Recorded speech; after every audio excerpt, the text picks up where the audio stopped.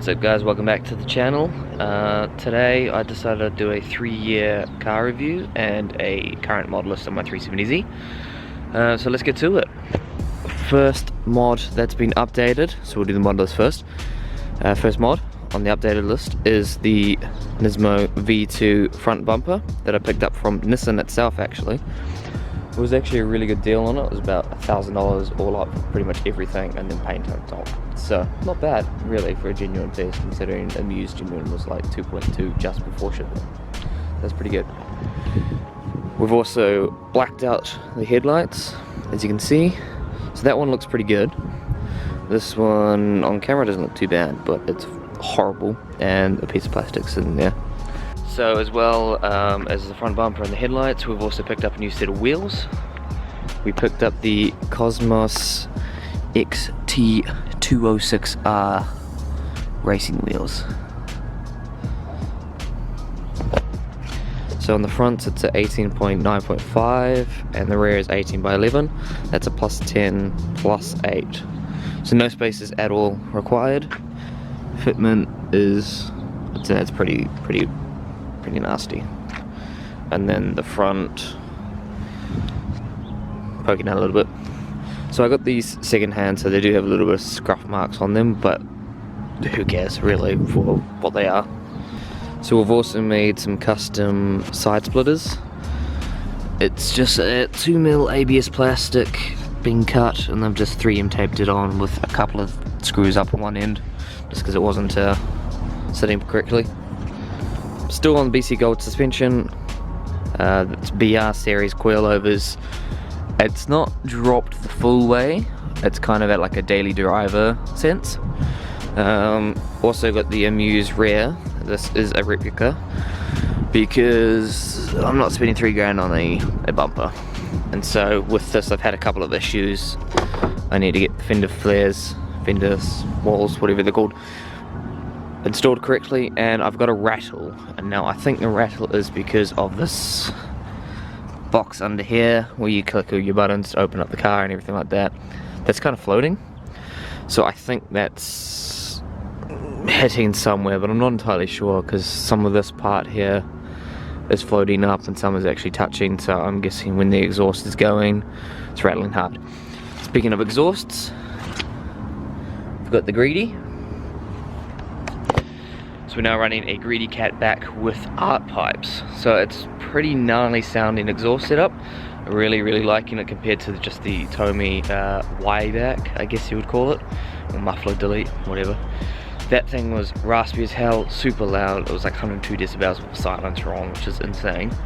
This is probably quieter than that, and that's test pipes and a cat back. So that's kind of crazy. So we've got a couple of miscellaneous pieces that I've added. So I've got the Evo R carbon fiber handles and just a carbon fiber mirror cap, just because that's a pain in the ass. So last but not least, we have the Stellan Gen 3 intakes, second hand as well. Picked this up for like $300 plus the Greedy actually for the Tomy. So it's a nice swap. So yeah, it's a big change. I think last year the only mods I had really done was like the front lip on the front bumper, Tomy, BC Gold, white line, sway bar, camber arms.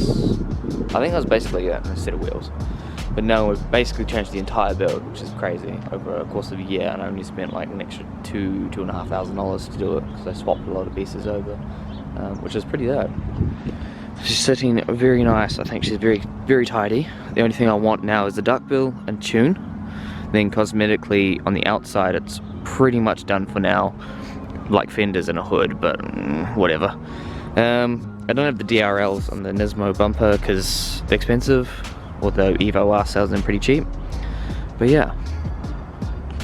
So now that I've talked through the current mod list and everything like that, I'll talk about my experience with this car over the last 3 years of owning it and daily driving it. So I do have a 09 370Z. It is automatic, 7-speed. So I find the 7-speed is pretty good. It's quite a lot of fun, and it kind of has a manual vibe to it.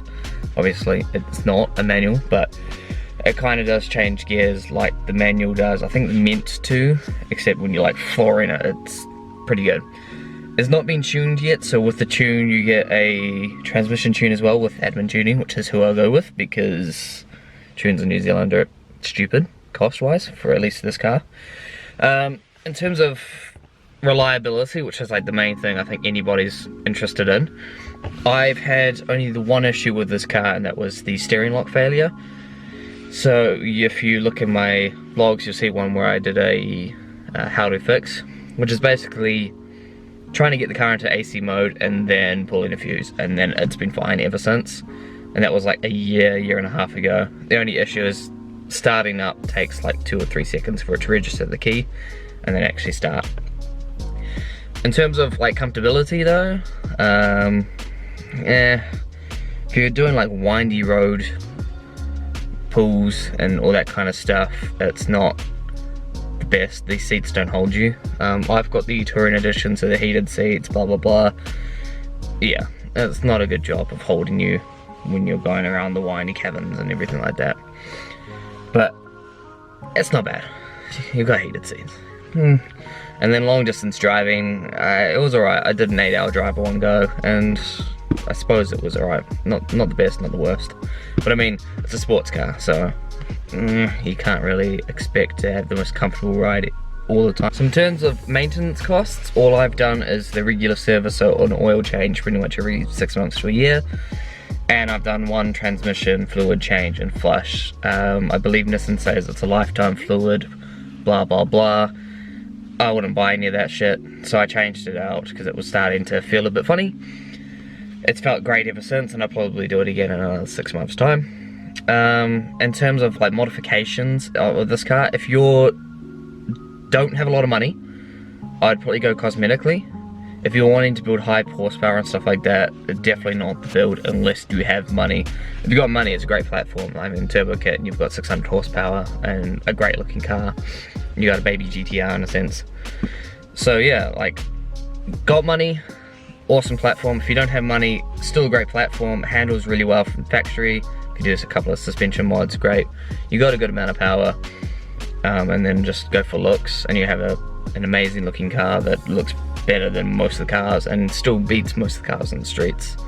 So I hope you enjoyed this random ass vlog of my mod list and 3-year ownership review. Make sure you do like and subscribe to keep the channel going. I'm trying to post weekly. It's a little tricky with winter and not having a garage, but we're trying. So we're just trying to go to all the meets and get the content there. Hopefully got a duckbill on the way and a tune coming soon, so those will be interesting, and hopefully lenses for the headlights, because those things are disgusting. Thank you for watching.